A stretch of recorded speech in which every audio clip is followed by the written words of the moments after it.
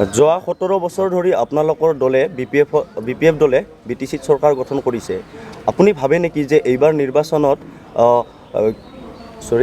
নিৰ্বাচনত প্ৰতিষ্ঠান বিৰোধী ঢৌটো ফেক্টৰ হ'ব পাৰে? চাওক, আমাৰ 17 বছৰ হাগ্ৰামা মহিলাৰী ডাঙৰীয়াৰ নেতৃত্বৰ বিটিচি চৰকাৰ চলিছে আৰু ইয়াত 17 বছৰৰ আগত আপুনি চাওক 17 বছৰৰ আগত এই ব্ৰহ্মপুত্ৰৰ নৰ্থাৰ্ণ বেংক যিখিনি এলেকা বিটিচি সেই বিটিচি এলেকাৰ অৱস্থাটো কি আছিল? ইয়াত মেডিকেল ফেচিলিটি একো নাই, যাৰ কাৰণে বহু মানুহ বেমাৰত মৰিব লগা হৈছিল। আপুনি এই জাগাত গৈবাৰী জাগাত মেলেৰিয়া বেমাৰ এসময়ত গান ওলাই গৈছিল অসমত, মেলেৰিয়া বেমাৰে খায় মৰে তামোলপুৰত, এনেকুৱা গান ওলাই গৈছিল। কিয়ৰ কাৰণে? সেই সময়তো চৰকাৰ আছিল, সেই সময়তো অসম চৰকাৰ আছিল, ব্ৰিটিছৰ অধীনত নাছিল। সেই সময়তো চৰকাৰ আছিল, কিয় সেইবিলাক ফেচিলিটি নাছিল? আজি এই অৱস্থাৰ পৰা আজিৰ অৱস্থাটো একমাত্ৰ বিটিচিৰ চিফ হাগ্ৰামা মহিলাৰী ডাঙৰীয়াৰ নেতৃত্বত, বলিষ্ঠ নেতৃত্বত আজিৰ অৱস্থাটো হৈছে। আজি ইয়াতে মেলেৰিয়া বেমাৰ না বেলেগ বেমাৰ, ডায়েৰিয়া বেমাৰ একো নাই, চব মেডিকেল ফেচিলিটি হৈছে, হস্পিটেল হৈছে, গাঁৱত হস্পিটেল হৈছে, সাব ডিভিজনেল হস্পিটেল হৈছে, ডক্টৰ ফেচিলিটি হৈছে, এম্বুলেন্সৰ ফেচিলিটি কৰিছে। সেইবিলাক চব হাগ্ৰামা মহিলাৰী ডাঙৰীয়া অল্ড ছেক্টৰতে, এগ্ৰিকালচাৰে হওক, এডুকেশ্যন ছেক্টৰে হওক, বিভিন্ন ছেক্টৰতে, ৰাস্তা ঘাটৰ কথা হওক। আপুনি চাওক, যোনটো ৰাস্তাত আপুনি আহিছে ৰঙিয়াৰ পৰা ভূটানলৈকে অহা ৰাস্তা, আমি ইয়াতে বিটিচি হোৱাৰ আগত, হাগ্ৰামা মহিলাৰী ডাঙৰীয়া নেতৃত্ব দিয়াৰ আগত ইয়াত মানে তামোলপুৰৰ পৰা ৰঙিয়ালৈকে যাব লাগিলে 4বাৰমান বাছৰ পৰা নামি বাছ ঠেলি যাব লগা অৱস্থা আছিল। আজি আপুনি চাওক, হাগ্ৰামা মহিলাৰী ছাৰৰ মৰমত এই মানে 3খন গাড়ী আমি একেলগে যাব পৰা অৱস্থা হৈছে, নহয় জানো? আমি মানে বৰমাৰ পৰা ওদালগুৰি, আমাৰ তামোলপুৰৰ পৰা ওদালগুৰি যাব লাগিলে আমাৰ 3 ঘণ্টা লাগে টাইম। ৰঙিয়া বাইহাটা চাৰিআলি হৈ ওদালগুৰিৰ উঠা হৈ ঘূৰিব লাগে আমি ওদালগুৰি। কিন্তু আমাৰ তামোলপুৰৰ পৰা এনেকুৱা ফিনফিনীয়া ৰাস্তা বনাইছে, 2 লেন, মানে 1 ঘণ্টাত আমি 3 ঘণ্টাৰ জেগাত 1 ঘণ্টাত আমি যাই পাওঁ ওদালগুৰি। এইবাৰ নিৰ্বাচনত আপোনালোকৰ মূল বিষয়বস্তু কি হ'ব? আমাৰ উঠি অহা নৱ প্ৰজন্মক আমি প্ৰাধান্য দিম। চাকৰি বাকৰিৰ ক্ষেত্ৰতে হওক, ইণ্ডাষ্ট্ৰী, স্মল স্কেল ইণ্ডাষ্ট্ৰীটো ডেভেলপমেণ্ট কৰি এংগেজমেণ্ট কৰাই কথাই হওক, বিভিন্ন দিশত এগ্ৰিকালচাৰ লোনৰ থ্ৰুৱেদি এংগেজ কৰাই হওক, বিভিন্ন এইবিলাক দিশত আমি ছেৰিকালচাৰে হওক, হেণ্ডলুমৰ হওক, ট্ৰেইনিং ছিষ্টেম দি মানুহবিলাকক এডুকেটেড কৰি আমি লোন দিয়া ছিষ্টেম, যাতে এংগেজ উঠি অহা প্ৰজন্মই এমুঠি ভাতৰ কাৰণে কেৰেলাত লেবাৰ কৰিব যাব নালাগে, এমুঠি কাৰণে গুজৰাটত মাছ পেকিং কৰিব যাব নালাগে। সেইবিলাক আমি প্ৰথমে আমাৰ মূল মন্ত্ৰ হ'ব।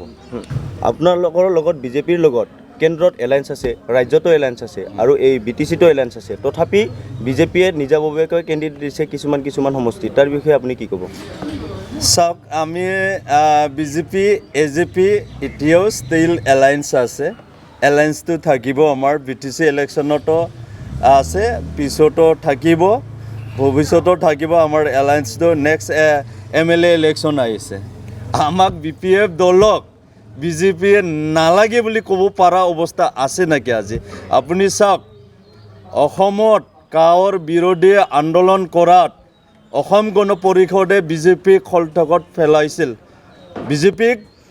বিজেপিক এৰি গুচি গৈছিল বিজেপি চৰকাৰটো ভাঙাৰ কাৰণে। কিন্তু বিভিন্ন দল সংগঠন, অসমৰ সকলো দল সংগঠনে আমাৰ BPF দলক সমালোচনা কৰিছিল, পাৱাৰ লবি, পাৱাৰ হাংগাৰ।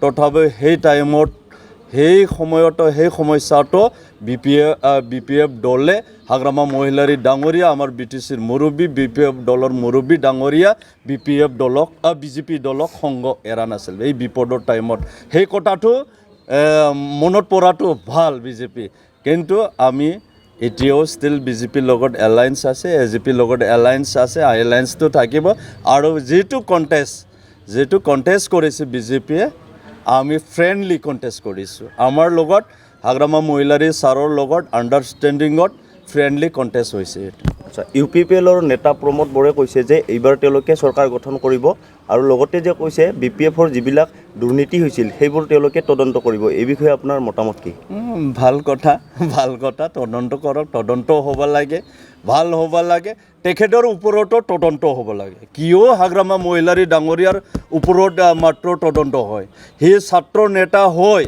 4খান 5খান গাড়ী এস্কৰ্ট লৈ আমিও আন্দোলন কৰিছিলোঁ আমাৰ লগত এস্কৰ্ট নাছিলে পুলিচ আৰ্মিৰ মানে ভয়ত আমি পলাই ফুৰিছিলোঁ আন্দোলন কৰা সময়ত তেখেতে আন্দোলন কৰা পুলিচ আৰ্মিক লৈ আন্দোলন কৰিছে বডিগাৰ্ড লৈ আৰু তেখেতে 4খান 5খান ছাত্ৰ নেতা হয় কি ইনকাম আছে তেখেতৰ না ঠিকা টুকুলি কৰে না বিজনেছমেন না মানে ছাৰ্ভিচমেন কেনেকুৱা 4-5খান গাড়ী দৌৰাব পাৰে তাৰ কৰ্মীবিলাক তলৰ কৰ্মীবিলাক কেনেকুৱা গাড়ী দামী গাড়ী লৈ ফুৰাব পাৰে আমি হাগ্ৰামা মহিলাৰী ডাঙৰীয়া যিখিনি ডেভেলপমেণ্টৰ কাম কাজ ৰাস্তাই হওক বিভিন্ন ছেক্টৰতে হওক কাম কাজ কৰাত তেখেতসকলে আমাক কৈছে পাৰ্চেণ্ট লোৱা তেখেতসকলে পাৰ্চেণ্ট লৈ ঠিকাদাৰক জোৰ জুলুম কৰি 10% 20% 15% এনেকুৱা লৈ জোৰ জুলুম লৈ তেখেতসকলে কামবিলাক আধৰুৱা কৰি দিছে আৰু তেখেতসকলে উল্টা নিজে পাৰ্চেণ্ট লৈ আমাৰ ওপৰত জাপি দিছে সেই কথাটো ৰাইজে জানে আপুনি ৰাইজত গাঁও এৰিয়া যদি যাই সোধক এইটো কামটো কিহৰ কাৰণে হৈছে কোনে কৰিছে হাগ্ৰামা ছাৰে দিছিল কিন্তু আফচুৰ ডনেশ্যনৰ কাৰণে এই কামটো বন্ধ হৈ আছে ঠিক তেনেকুৱা আপোনালোকে ছাৰ্ভে কৰিলে দুধ কা দুধ পানী কা পানী হৈ যাব আপোনাৰ সমষ্টিবাসী ৰাইজক আপুনি কি আহ্বান জনাব মোৰ সমষ্টিৰ ৰাইজে মই শান্তি আৰু প্ৰগতিৰ কাৰণে মই মোৰ লগত সহযোগ কৰাৰ কাৰণে BPF দলক সহযোগ কৰাৰ কাৰণে হাগ্ৰামা মহিলাৰী ছাৰৰ যাতে হাৰ্টটো মজবুত কৰাৰ কাৰণে হাগ্ৰামা মহিলাৰী ডাঙৰীয়াক আৰু শক্তিশালী কৰি আকৌ আৰু ষ্টেট গভৰ্ণমেণ্ট চেণ্ট্ৰেল গভৰ্ণমেণ্টৰ পৰা আকৌ ফাৰ বেটাৰ স্কিম আনি ডেভেলপমেণ্ট কৰিব পাৰে তাৰ কাৰণে মই সকলো ৰাইজক আহ্বান কৰিছোঁ BPF দলক ভোট দিয়ক হাগ্ৰামা মহিলাৰী ডাঙৰীয়াক মজবুত কৰক আমাক এই সমষ্টিৰ পৰা জয় কৰি সৰ্বাংগীন তামোলপুৰ অঞ্চলৰ উন্নতিৰ স্বাৰ্থত ভোট দিয়ক তাকে মই আহ্বান কৰিছোঁ বহুত ধন্যবাদ ছাৰ থেংক ইউ